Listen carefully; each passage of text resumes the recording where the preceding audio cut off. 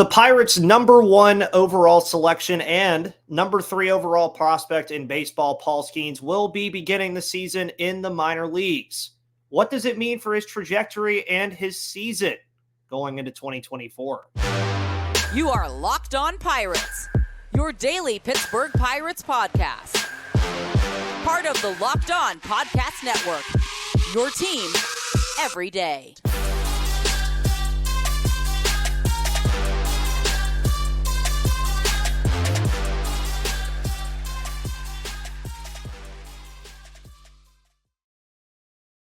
And welcome back, everybody, to the Locked On Pirates podcast here on the Locked On Podcast Network, where it's your team, your Pittsburgh Pirates every day. My name, of course, is Ethan Smith, your host of this wonderful show here on the Locked On Podcast Network. You can follow me right there at MVP_Ethan or at Locked On Pirates for all of your news, analysis, opinions, and reactions to everything going on in the world of the Pittsburgh Pirates. Today's show is brought to you, of course, by FanDuel Sportsbook.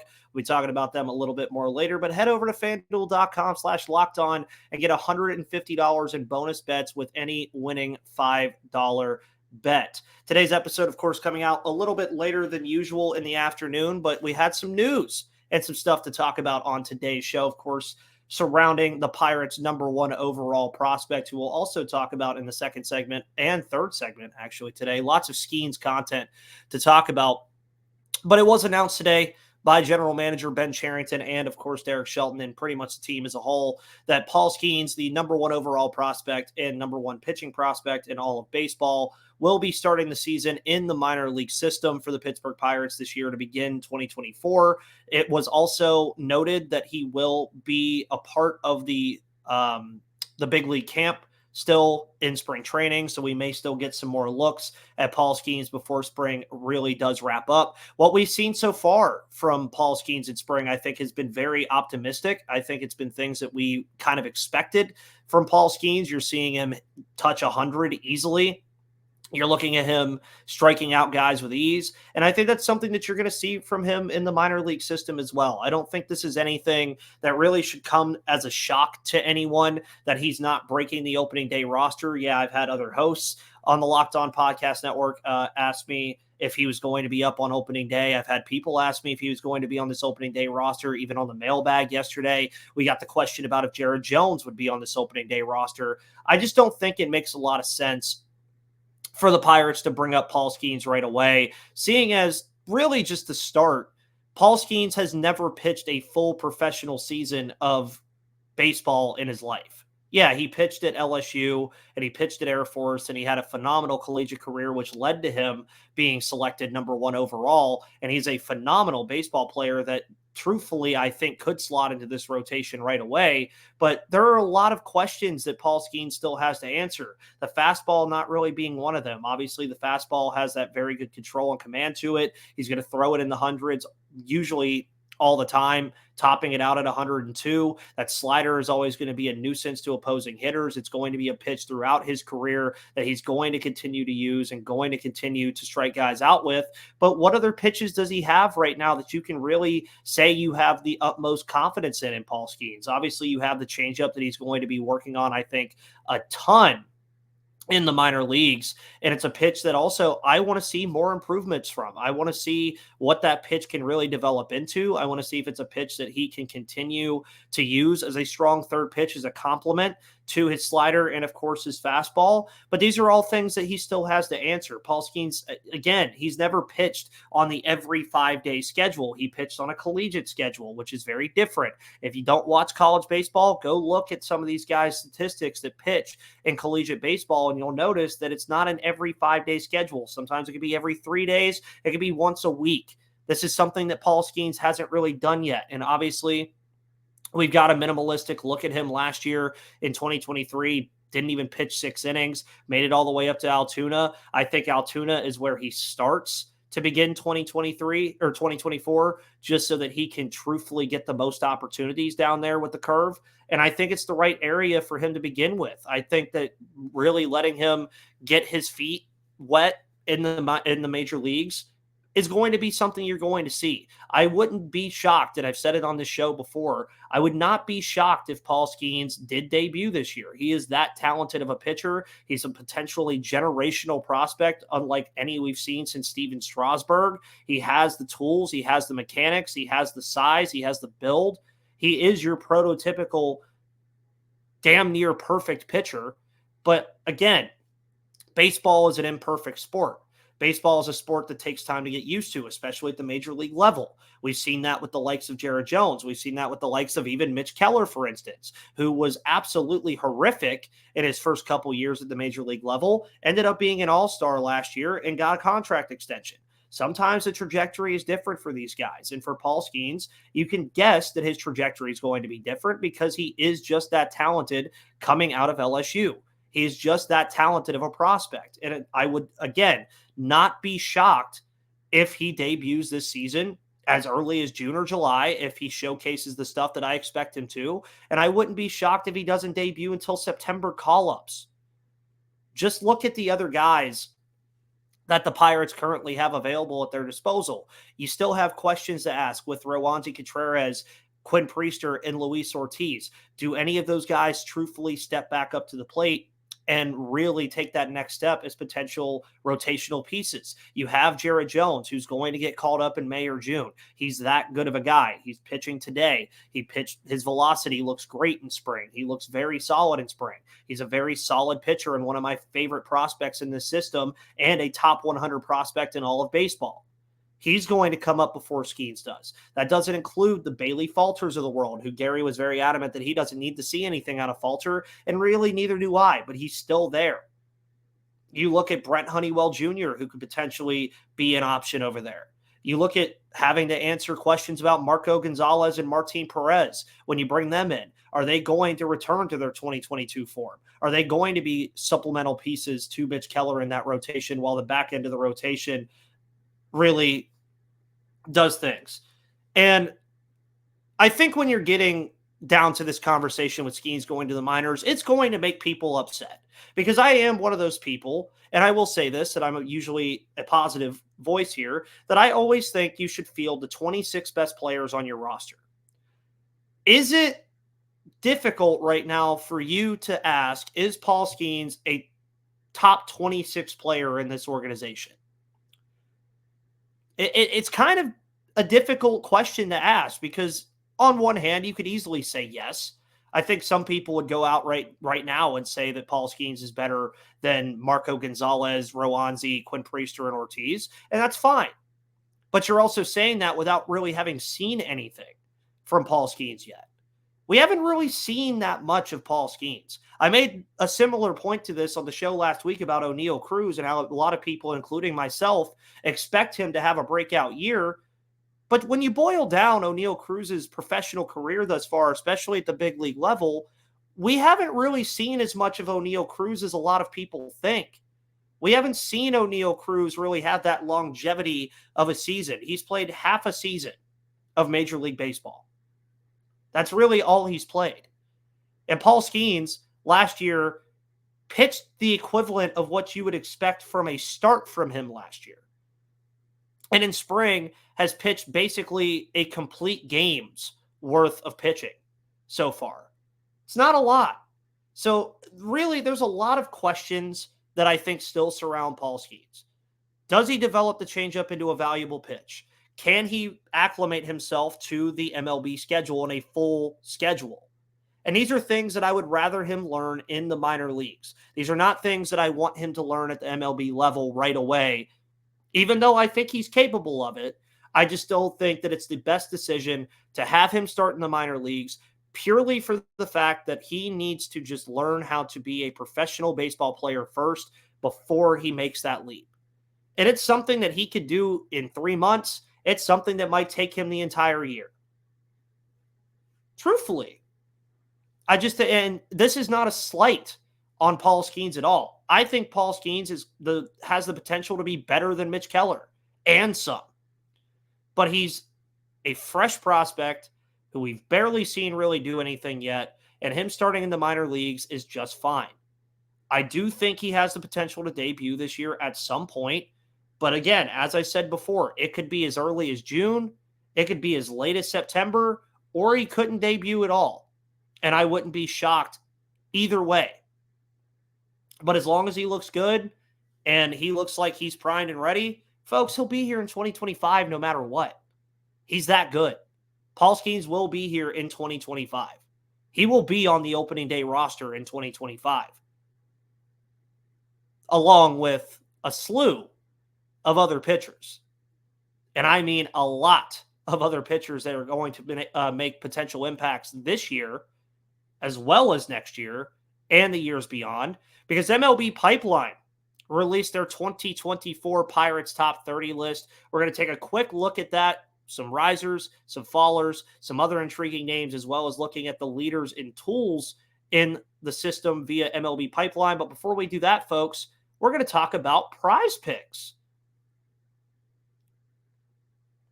Prize Picks is a new sponsor here on the Locked On Pirates podcast, and you can download the Prize Picks app today and use code Locked On MLB for a first deposit match up to $100, because Prize Picks is the largest daily fantasy sports platform in North America. They are the easiest and most exciting way to play daily fantasy sports. It's just you against the numbers. Instead of battling thousands of other players, including pros and sharks, you pick more than or less than on 2 to 6 player stat projections and watch the winnings roll in. Football season may be over, but the action on the floor is heating up. Whether it's tournament season or the fight for playoff home court, there's no shortage of high-stakes basketball moments this time of year. Get in on the excitement with Prize Picks, America's #1 fantasy sports app, where you can turn your hoops knowledge into serious cash. Prize Picks even offers injury insurance so that your entries stay in play even if one of your players gets injured. For basketball games, if you have a player who exits the game in the first half and does not return in the second half, that player projection won't count against you and the rest of your entry stays alive. I've played Prize Picks before. I think it's very fun. This week on Prize Picks, select Steph Curry more than 29 points, Nikola Jokic for more than 10 rebounds, Caitlin Clark for more than 30 points. These are the things that you can do on Prize Picks, folks. And make sure that you download the app today and use code LOCKEDONMLB for a first deposit match up to $100. Remember, download the app today and use code LOCKEDONMLB at Prize Picks for a first deposit match up to $100. Pick more, pick less. It's that easy with Prize Picks. And folks, don't forget that Locked On has also launched the first ever national sports 24/7 streaming channel on YouTube. And now it's also available on Amazon Fire TV and the free Fire TV channels app. Locked On Sports Today is here for you 24/7, covering the top sports stories of the day with the local experts of Locked On, plus our national shows covering every league. So find Locked On Sports Today now, available on the free Fire TV channels app.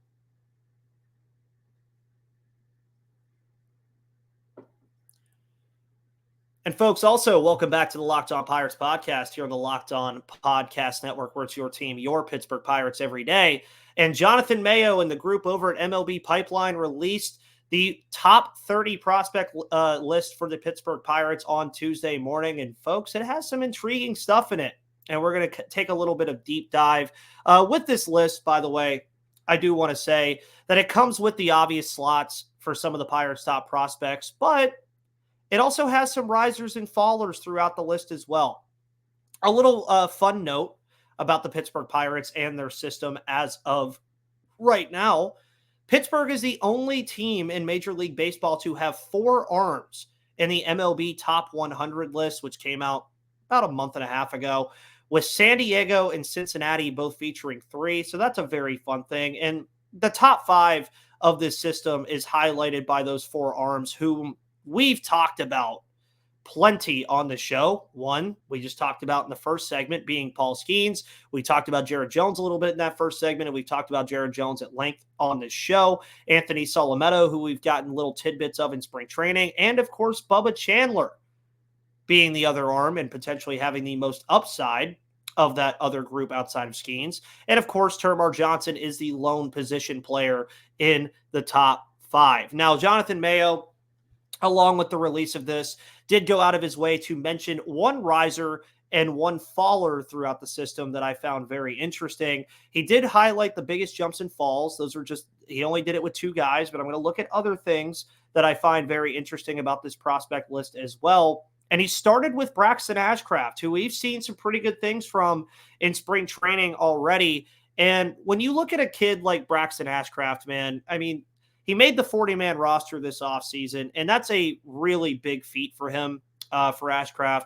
He's dealt with injuries. He had injuries in 2019. He had another injury in 2021, obviously missed the COVID season in between that, has fought injuries all throughout his career, but now ranked 7th on MLB Pipeline's list for the Pittsburgh Pirates, and that offers some real expectations for him heading into 2024, as his ETA is also listed at 2024. And he pitched well in 2023 last year. I mean, you looked at what he did. It was really his first full campaign that he's had that he was overall, for the most part, healthy. He posted a 2.39 ERA over 52 and 2/3 innings pitched over 3 different levels of the system.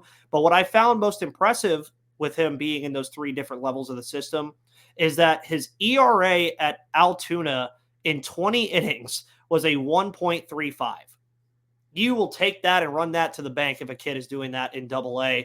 And Ashcraft, folks, he has the stuff. And his impressive 1.9 base on balls per 9 was very impressive for me. You guys know with pitchers, I love looking at the walk to strikeout rate. He struck out guys a lot very well, and he did not elicit a lot of walks. And I think that serves as a precursor for him as well to his solid strike throwing and staying in the zone. He had a very good strikeout rate last year. He had a very good strike rate in general last year. But when you're looking at a guy like Ashcraft, his biggest question is going to be handling a full season. That's just what it's going to be. But when you look at this kid, he was a former wide receiver in high school. He has athleticism. He has a 4-pitch mix of a fastball, slider, curveball, and changeup that offers a lot of optimism that he can make an impact on this big league level potentially in 2024.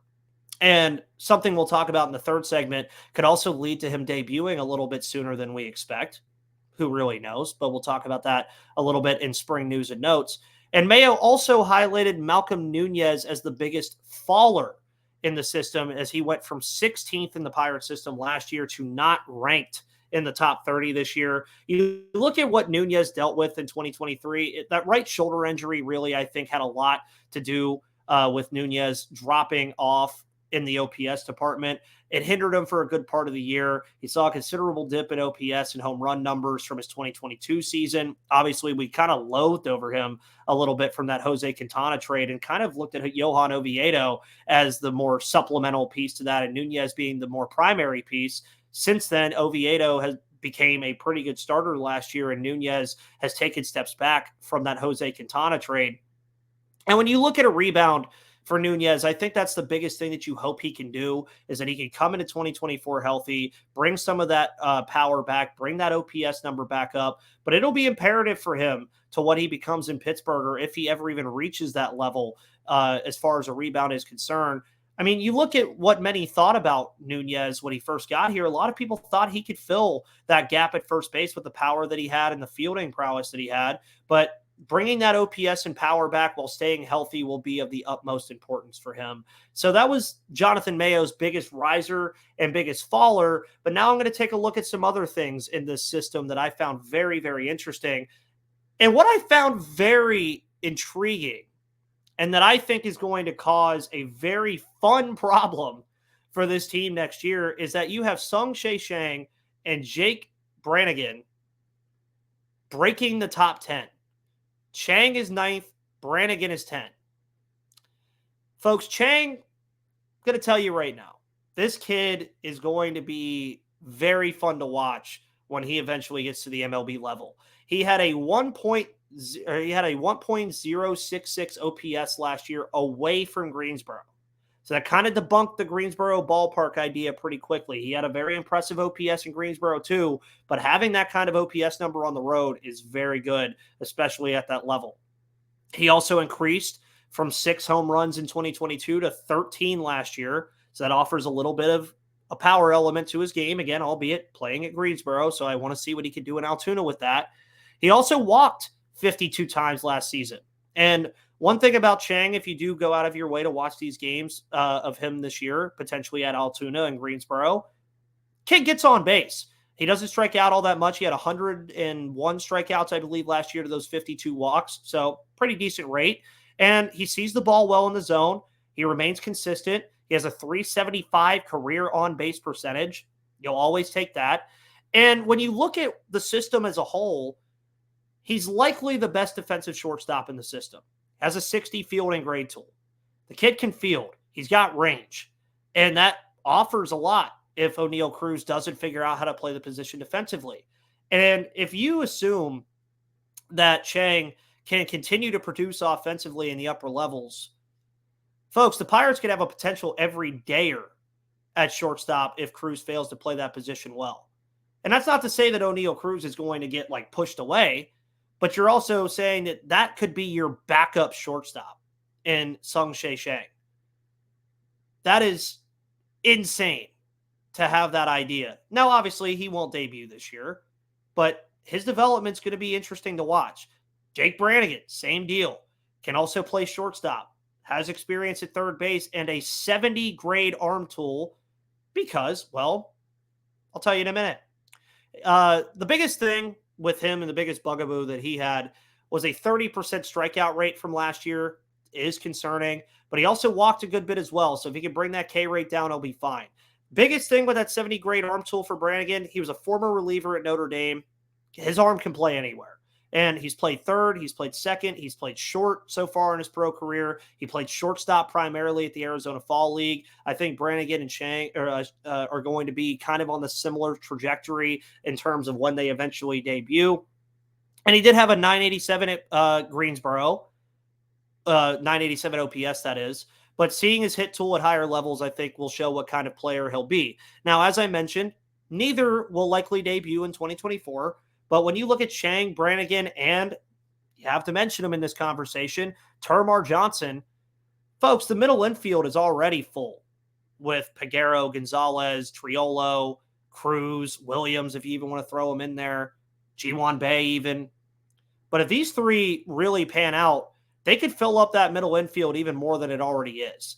And then there are some other notables that I want to include as well. Mitch Jebb ranks the highest in the system with a 60 hit tool. Lonnie White has the highest run tool at 70. Thomas Harrington came in at a 55 changeup. He's tied with Mike Burrows, who is also tied for the highest curveball and changeup in the system. So those are other notable players that I think we should keep an eye on. And you guys know I have to mention them. Shaylin Polanco is ranked 16th. Folks, I hope Shaylin Polanco pans out so well. I really do. I love what that kid has to offer. I think he's going to be awesome. But it's also nice to be talking about this system, but also be talking about real talent at the MLB level while also having all this talent on the way. And it could mean that the Pirates could be a competitive team pretty quickly. But we'll talk about that another day. Now it's time for spring news and notes, where we're going to talk about all the things going on at spring training. This episode, of course, coming out during today's spring training game against the Blue Jays. But before we get into that, folks, we're going to talk about FanDuel.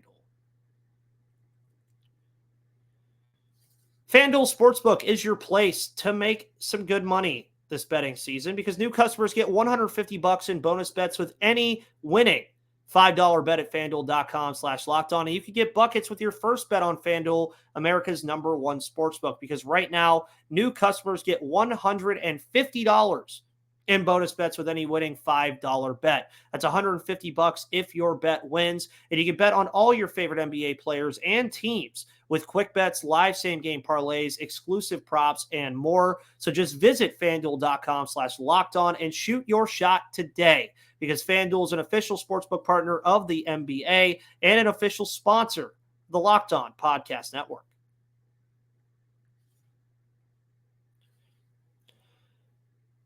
Alrighty, folks, and welcome to the third and final segment of today's March 5th edition of Locked On Pirates, where we're going to be talking spring news and notes, as we'll be doing all throughout spring training.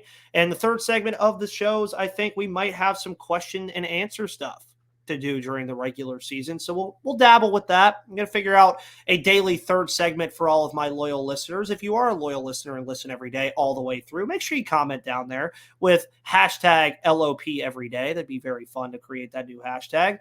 But in today's spring news and notes, we're highlighting yesterday's game as well as some injury news and a debut. Obviously, Pirates won yesterday against the Rays 7-3. Henry Davis homered again, the third consecutive outing he's done so when he plays. If he's not starting in AAA, folks, just get that out of your head. If you think that he's going to start in AAA, it's not happening. And this is all very nice to see from Henry Davis right now. And on top of that, Jack Sawinski and Kanan Smith-Njigba also had home runs in the win, while the offense overall recorded 12 hits. Pitching was paramount again for the Pittsburgh Pirates as we were looking at it. Luis Ortiz appeared again. The velocity looked pretty good again, outside of a mistake that he had when he tried to pick off a guy at second that led to the one unearned run that he surrendered. He had 3 Ks in 3 innings. Nice stuff that we're seeing from Ortiz so far. We'll continue to monitor Ortiz throughout the year. We already mentioned Paul Skenes in segment 1 and segment 2. Let's mention him again in segment 3. He allowed his first home run of spring on a shot from Amed Rosario. He's a bust. He's a bust, guys. Oh, well. But outside of that, he looked phenomenal. His velocity was well into the hundreds again. He struck out 3 in 2 innings. He looked just fine. I think the home run was just a good thing from Rosario. It was just great bat to ball. There's nothing else you can really say. Bubba Chandler also got a scoreless inning of work. Hunter Stratton continued his strong start to spring with a scoreless inning as well. Kyle Nicholas also pitched, giving up 1 earned while striking out 2 in an inning of work. So a lot of young pitchers that we got to see yesterday. And now we move into more of what a lot of people have kind of been worried about and what we kind of expected out of spring. It always sucks, but you're always going to have to deal with the injuries. It was also announced via general manager Ben Cherington that Dauri Moreta will likely miss some time with an elbow injury that he suffered on Sunday. He did struggle in that Sunday outing as well, as he's still being evaluated at the time of this recording. Losing Moreta would sting a little bit. You're looking at a guy who had one of the better sliders in all of the game last year. He was very good in those high leverage situations. But when you look at the depth that the Pirates have available in their bullpen now, and you look at what they've done to build it, especially with the signing of Aroldis Chapman and the other options that they have, like a Braxton Ashcraft, like a Brent Honeywell Jr., like a Hunter Stratton, folks, it might not mean all that much to lose Moreta. It'll sting a little bit, but you also hope that it's not very long-term, because I think Moreta can be an integral part of this bullpen group still. David Bednar, who we've yet to see in spring, is also dealing with a nagging right lat injury, but with still 3+ weeks until opening day, I don't think that's something that's going to hinder him from being available in Miami come March 28th. He has yet to appear in spring, as I just mentioned, which is worrisome, but his health is clearly more important in the regular season than games in March. Again, Aroldis Chapman signing. If Bednar is out for an extended period of time, you have Aroldis Chapman as a potential closer. You have Colin Holderman, who could slot into that role. You have even a Carmen Majinski that could slot into that role. And furthermore, you have other options behind them as well, like Jose Hernandez, Ryan Borucki, Hunter Stratton. There's guys there, Kyle Nicholas even. Maybe if you want to flirt with having a Rowanzi or a Luis Ortiz in the bullpen, that's something you could do as well. Meanwhile, Andrew McCutchen, who made his debut just a little bit ago as I was recording this, made his debut today at the time of recording. I believe he singled in his first at-bat, which is very nice to see from Kutch. We want to see Kutch come back healthy after that injury. And Kutch wants to be an integral part of this team again this year, and I don't blame him. And he's even expressed that he wants right field work, which he may have to do with plenty of DH options around the club, like keeping Henry Davis's bat in the lineup on days he doesn't catch, or Rowdy Tellez with his lack of fielding prowess over at first base, or even if you want to see O'Neal Cruz out there to get better defense at shortstop with Triolo. There's a lot of different DH options that this team has moving forward. Right now, the Pirates also lead the way in Major League Baseball in spring training home runs. And yes, I know it's spring. I saw some of your comments on that after I replied to it on Twitter, but it could be a precursor to a power surge from this team heading into 2024.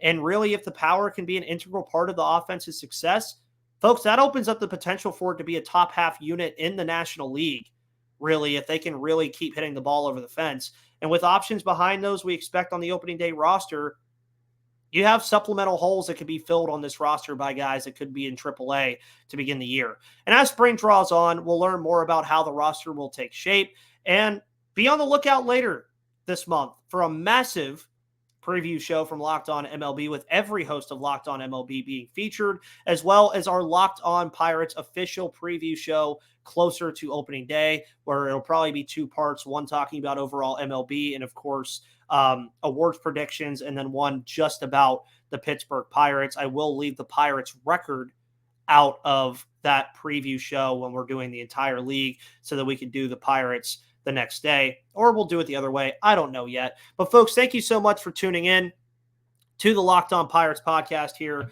on the Locked On Podcast Network, where it's your team, your Pittsburgh Pirates every day. My name is Ethan Smith. You can follow me on Twitter right there at MVP_Ethan or at Locked On Pirates for all of your news, analysis, opinions, and reactions to everything going on in the world of the Pittsburgh Pirates. This podcast is available on YouTube and all of your audio podcast platforms. Folks, always remember, it's your team, your Pittsburgh Pirates every day. My name is Ethan Smith. Have a wonderful rest of your Tuesday, and I'll see you on the flip side.